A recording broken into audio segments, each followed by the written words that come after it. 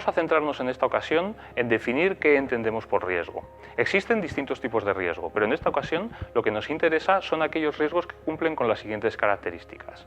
Son ubicuos, son continuos, en la mayor parte de las ocasiones, por no decir en todas, son previsibles, suelen ser el resultado de la suma de distintas variables y factores y al mismo tiempo está causado y mantenido por la conducta de las personas.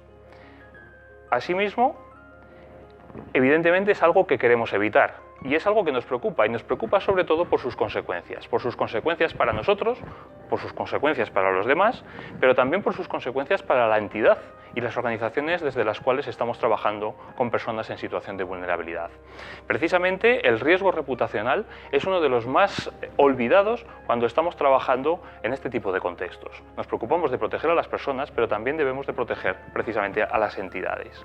Y en última instancia, también debemos de pensar en cuáles son las consecuencias para todo el conjunto de la sociedad. Existen numerosas definiciones de riesgo. Nosotros hemos ensayado la nuestra que nos parece mucho más comprensiva y holística.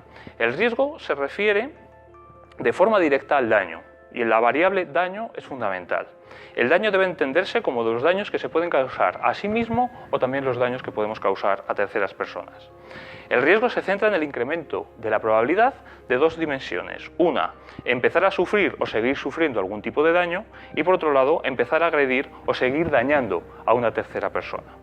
En ocasiones, este daño se vuelve contra uno mismo y también es importante tenerlo en cuenta. Lo veremos más adelante cuando hablemos de violencia. Por lo tanto, cualquier situación de riesgo implica directamente alguna modalidad de violencia, que fundamentalmente afecta a tres cuestiones. Por una parte, el desarrollo íntegro e integral de la persona. En segundo lugar, la posibilidad de ejercer plenamente sus derechos y de garantizarlos. Y finalmente, ser víctima de violencia física, psicológica, emocional, sexual o de distintas modalidades de violencia que también iremos repasando. Ahora deberíamos de plantearnos si existe alguna relación entre violencia y riesgo. Para ello necesitaríamos una definición de violencia también.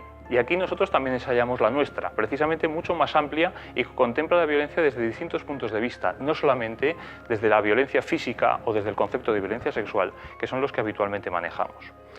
La violencia es una conducta física, verbal o no verbal, o también puede ser una actitud que se hace o que se deja de hacer. Es decir, puede haber violencia por acción, pero también violencia por omisión, que además, como decíamos antes, provoca daños a distintos niveles, a uno mismo o a los demás. Daño físico, daño emocional, daño cognitivo, daño social, como por ejemplo puede ser el aislamiento, o afecta a los derechos básicos, como puede ser el de protección, el del desarrollo, la libertad, el bienestar o la salud. En resumen, desde nuestro punto de vista, violencia es todo aquello que supone no tratarnos bien y no tratar bien a los que nos rodean. Llegados a este punto, podemos establecer ya algunas primeras conclusiones. El riesgo implica la posibilidad de daño y de violencia hacia uno mismo y hacia los demás. En la mayor parte de las ocasiones, el riesgo no se puede erradicar, aunque sí que lo podemos prevenir. Pero en todas estas ocasiones el riesgo sí que puede reducirse. Es decir, podemos reducir las probabilidades de que ese riesgo ocurra o bien, una vez que ha ocurrido, podemos reducir el impacto y las consecuencias que tiene.